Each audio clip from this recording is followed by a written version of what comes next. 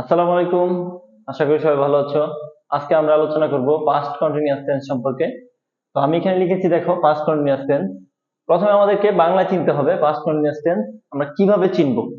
আমরা যখন একটা বাক্য বলবো সেই বাক্যের শেষে থাকবে তেছিল, তেছিলাম, তেছিলেন, অথবা চয় স প্লাস ল থাকবে। যেমন ধরো, সে কাজটি করতেছিল, এই যে তেছিল আছে লাস্টে, তাহলে এটা হচ্ছে একটা পাস্ট কন্টিনিউয়াস টেন্স। অথবা তিনি যাচ্ছিলেন, এই যে চয়েস আছে এবং শেষে আছে লেন, যাচ্ছিলেন, তাহলে এটা হচ্ছে একটা পাস্ট কন্টিনিউয়াস টেন্স। আসলে আমরা উদাহরণ দিই। আমি খাচ্ছিলাম। এবার খেয়াল করো, আমরা কিন্তু এখানে লিখেছি চয়েস প্লাস ল। তো এখানে কিন্তু চয়েস রয়েছে এবং লামও রয়েছে। ল মানে ল লেন লাম লেন। তাহলে আমি খাচ্ছিলাম, এটা 100% পাস্ট কন্টিনিউয়াস টেন্স। তো আমাকে আগে শিওর হতে হবে যে এটা পাস্ট কন্টিনিউয়াস টেন্স কিনা। তাহলে সবাই ক্লিয়ার? তাহলে আমরা পাস্ট কন্টিনিউয়াস টেন্স কিভাবে চিনবো? বাক্যের শেষে থাকবে চয়েস প্লাস ল লে লাম লেন।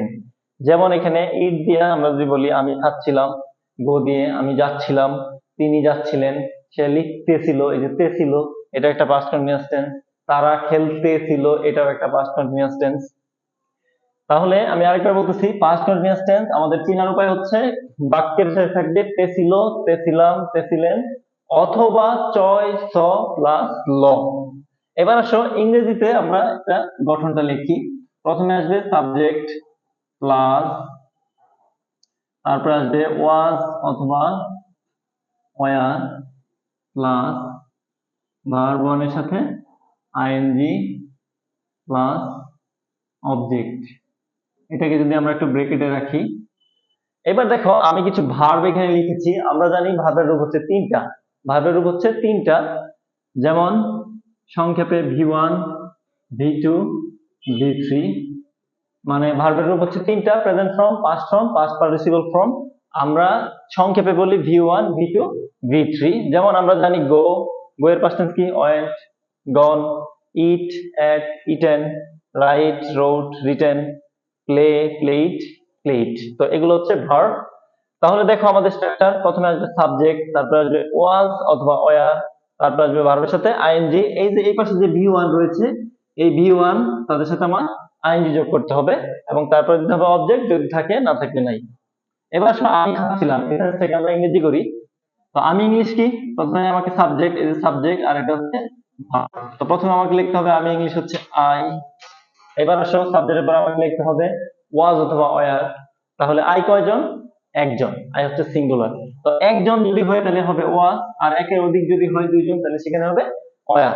তাহলে আই এর সাথে আমরা দেখছি একজন, তাহলে আই এর সাথে হবে ওয়াজ, আই ওয়াজ। তো খাওয়া ইংলিশ কি? খাওয়া ইংলিশ হচ্ছে ইট। এই যে দেখো, ইট। তো এবার আমরা ইটের সাথে আইএনজি যোগ করব, আই ওয়াজ ইটিং। আমি খাচ্ছিলাম, আই ওয়াজ ইটিং। এবার যদি বলো যে আমি ভাত খাচ্ছিলাম, এখানে যদি আমরা ভাত যোগ করি, তাহলে আই ওয়াজ ইটিং রাইস। এইভাবে আমরা দিয়ে দিব আই ওয়াজ ইটিং রাইস। এবার আসলে আমরা আরো একটা উদাহরণ লিখি। সে লিখতেছিল, এটা কোন টেন্স? আমাকে আগে শিওর হতে হবে যে এটা কোন টেন্স। তো আমরা দেখতে পাচ্ছি এখানে তে আছে এবং এখানে ল আছে, এই যে তে ছিল অথবা তে ছিল।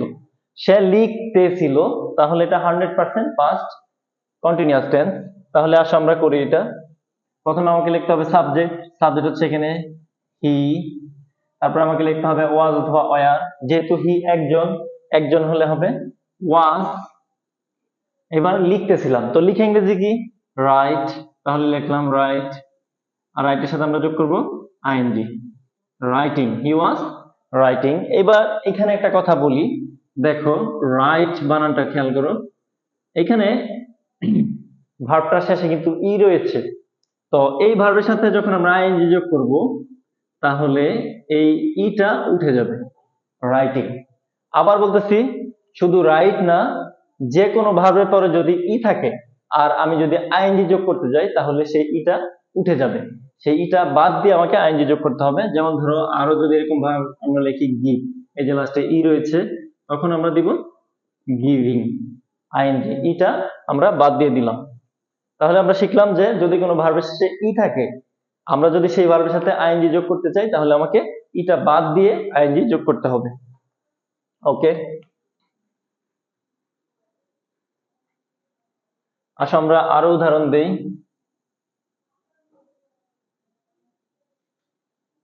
তারা যাচ্ছিল, তাহলে এটা কোন টেন্স দেখো, তারা যাচ্ছিল, এই যে চয়েস এবং এখানে রয়েছে ল, এই যে চয়েস প্লাস ল, তারা যাচ্ছিল, তাহলে এটা অবশ্যই পাস্ট কন্টিনিউয়াস টেন্স। তাহলে আসলে আমরা স্ট্রাকচার অনুসারে করি। প্রথমে সাবজেক্ট তারা, তার ইংরেজি কি দে, এবার আমাকে লিখতে হবে ওয়াজ অথবা ওয়ার। তাহলে আমরা জানি দে কিন্তু একজন না, দে হচ্ছে একের অধিক, তারা মানে হচ্ছে বেশ কয়েকজন। তাহলে একের অধিক হলে আমরা ওয়াজের পরিবর্তে এখানে ব্যবহার করব were, they were, they were. দের সাথে কিন্তু ওয়াজ হবে না, দের সাথে হবে ওয়ার। একজন হলে ওয়াজ, একের অধিক হলে হবে ওয়ার। তাহলে দে ওয়ার যাচ্ছিল, তো যাও ইংরেজি কি গো। তাহলে আমরা জানি ভার্বের সাথে কি যোগ করতে হবে ING, they were going, they were going. সবাইকে একটু বলতেছি, খেয়াল করো, পাস্ট কন্টিনিউয়াস যদি আমরা কন্টিনিউয়াস টেন্সের নাম শুনি তাহলে অবশ্যই ইংরেজিতে ভার্বের সাথে আইএনজি যোগ করতে হবে, সেটা যেই কন্টিনিউয়াসই হোক। প্রেজেন্ট কন্টিনিউয়াস হইলেও ভার্বের সাথে আইএনজি, পাস্ট কন্টিনিউয়াস হইলেও ভার্বের সাথে আইএনজি, ফিউচার কন্টিনিউয়াস হইলেও ভার্বের সাথে আইএনজি। মোট কথা কন্টিনিউয়াস নামটা শুনলেই আমরা ভার্বের সাথে আইএনজি যোগ করতে হবে। তাহলে আমরা আজকে আলোচনা করলাম পাস্ট কন্টিনিউয়াস টেন্স সম্পর্কে। তো প্রথমে আমাকে চিনতে হবে পাস্ট কন্টিনিউয়াস টেন্স। আমরা কিভাবে চিনবো? বাক্যের শেষে থাকবে তে ছিল, তে ছিলাম, তে ছিলেন। যেমন তিনি যাইতেছিলেন, তিনি হাঁটতেছিলেন, তিনি খাচ্ছিলেন, তিনি ঘুমাচ্ছিলেন, তারা খেলতেছিল। তো এরকম তে ছিল, তে ছিলাম, তে ছিলেন অথবা চয় স প্লাস ল যদি থাকে তাহলে এটা হবে হচ্ছে পাস্ট কন্টিনিউয়াস টেন্স। আর স্ট্রাকচারটা কি হবে? সাবজেক্ট প্লাস ওয়াজ অথবা ওয়ার, একজন হইলে হবে ওয়াজ, দুজন হইলে হবে ওয়ার। তারপর আমাকে ভার্বের সাথে আইএনজি যোগ করতে হবে এবং অবজেক্ট যদি থাকে দিতে হবে। তো আজকের মতো এ পর্যন্তই। আশা করি তোমরা সবাই বুঝতে পেরেছো। পরবর্তীতে দেখা হবে আবারও নতুন কোনো ভিডিওতে। সেই পর্যন্ত ভালো থাকো। আসসালামু আলাইকুম।